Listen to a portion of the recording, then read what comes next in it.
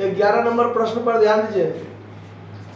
11 number में कह रहा है कि ए, बी, सी और डी लाभों को 3:2 के अनुपात में विभाजित करते हैं। ए अवकाश ग्रहण कर रहा है और फर्म के ख्याति का जो मूल्यांकन किया गया है वो 1,20,000 रुपया पर किया गया है। बचे हुए साझेदार आपस में 3:1:6 के अनुपात में लाभ को बांटने का निर्णय करते हैं। ख्याति के लेखांकन के लिए आवश्यक रोजनामचा प्रविष्ट कीजिए। मतलब जब साझेदार रिटायर करता है, आपको पता है कि जब साझेदार रिटायर करता है तो रिटायर करने के क्रम में उस समय जो पूरे फर्म की ख्याति होती है उसमें रिटायर करने वाले साझेदार को ख्याति में हिस्सा दिया जाता है। और उसको देता कौन है? जो बचा हुआ साझेदार है। और बचा हुआ साझेदार में भी जो साझेदार गेन करता है, मतलब जो साझेदार रिटायर किया उसका हिस्सा जो बचे हुए साझेदार गेन करता है वो देता है। ठीक है, मतलब जो साझेदार रिटायर होके जा रहा है वो अपना हिस्सा छोड़ के व्यवसाय में जा रहा है और वो अपना हिस्सा छोड़ के जा रहा है और जो बचा हुआ साझेदार है वो उसका हिस्सा पाता है और जिस अनुपात में पाता है उसी अनुपात में रिटायर वाले साझेदार का गुडविल में हिस्सा देता है। ठीक है, तो इसमें क्या होता है, देखिए सबसे पहला काम कि ओल्ड रेशियो ऑफ ABCD है ना, ABCD 3:2 हो गया। अब इसमें रिटायर कौन कर रहा है? तो रिटायर कर रहा है आपको A, तो A is retiring partner, A is retiring partner और उसका हिस्सा कितना हो जाएगा? 3/10, 3×2 = 5, 3×8 = 10।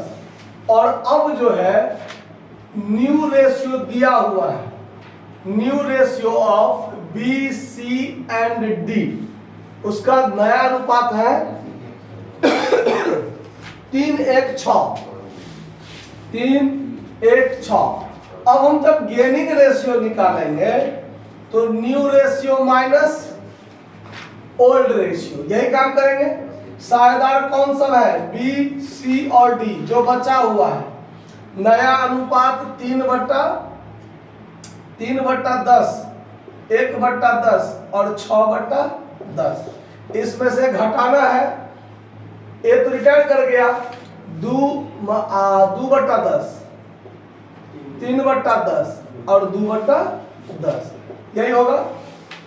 तो ये तो रिटायर हो गया ना, तो पूरे 10 में 2 हिस्सा इसका था, 3 हिस्सा इसका था और 2 हिस्सा इसका था, तो 2/10, 3/10, 2/10।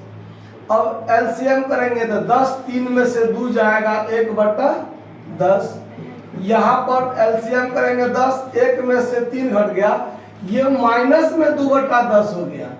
मतलब ये गेन कर रहा है लेकिन ये क्या कर रहा है? सेक्रीफाइस कर रहा है। इस बात को ध्यान रखना है, यहाँ पर माइनस वाला सेक्रीफाइस होगा। क्यों? तो हम यहाँ पर न्यू रेशियो में से ओल्ड रेशियो घटा रहे हैं। मतलब ओल्ड न्यू रेशियो जो है वो कम है और ओल्ड रेशियो क्या है? ज्यादा है।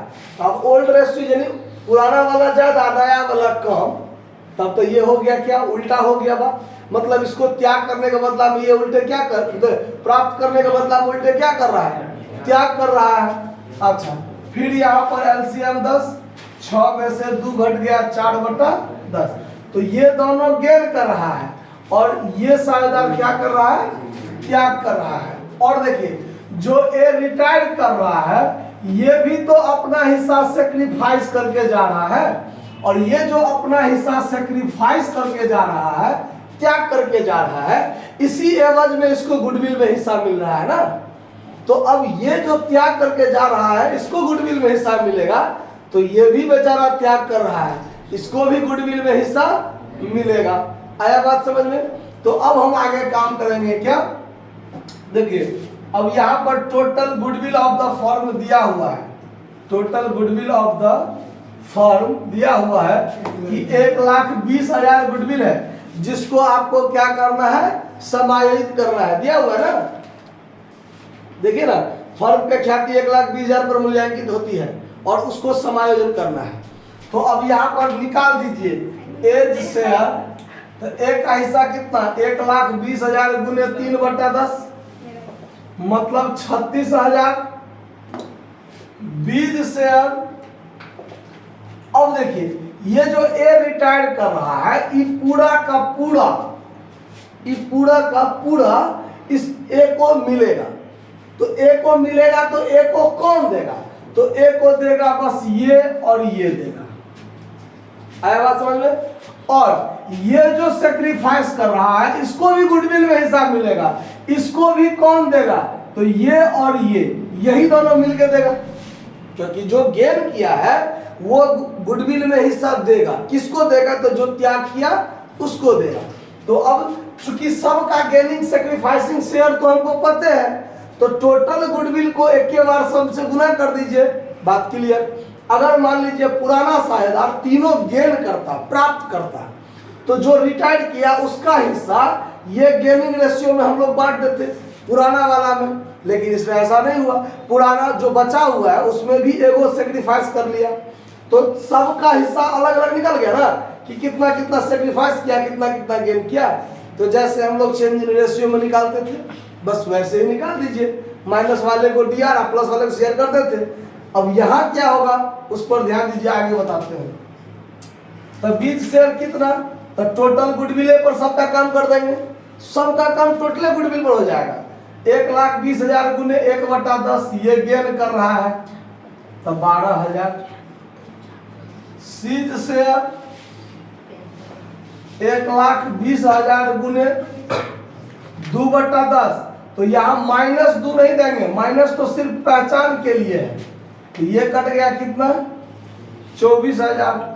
और डीज शेयर कितना, 1,20,000 गुने 4/10 मतलब 48,000। अब ध्यान दीजिए, अब यहाँ पर जो गेन कर रहा है उसका पूंजी क्या होगा, डेबिट, उसका पूंजी क्या होगा, अब घटेगा, अब घटेगा। तो अब इसके लिए हम जर्नल एंट्री जब बनाएंगे, जर्नल एंट्रीज क्या होगा, देखिए बी का पूंजी घटेगा और डी का पूंजी घटेगा। बीज कैपिटल अकाउंट डीआर और these capital account DR to, जो जो सेक्रीफाइस किया उसका क्रेडिट होगा, जो रिटायर किया उसका भी credit, to A's capital account और to C's capital account, to C's capital account. अगर मान लीजिए ये त्याग नहीं किया रहता तो ये भी डेबिटे में होता और तीनों मिलकर एक को देता, लेकिन ऐसा नहीं हुआ। जो बचा हुआ है उसमें एगो उल्टे क्या कर लिया, सेक्रीफाइस। तो जो रिटायर किया वो भी छोड़ के जा रहा है और जो बचा हुआ है उसमें भी एगो त्यागे कर रहा है।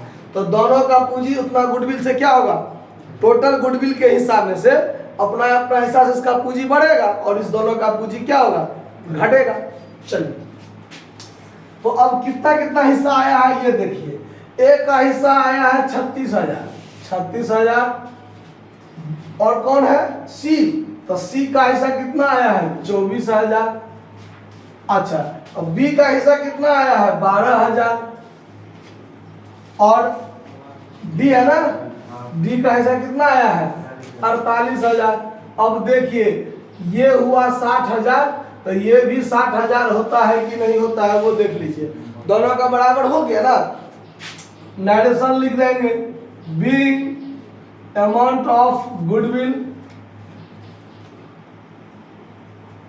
Adjusted bye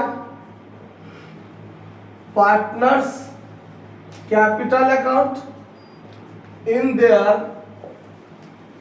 there sacrifice ratio and gaining ratio, gaining ratio. आया बात समझ में कि कोई दिक्कत, इसको नोट कर लीजिए। धन्यवाद।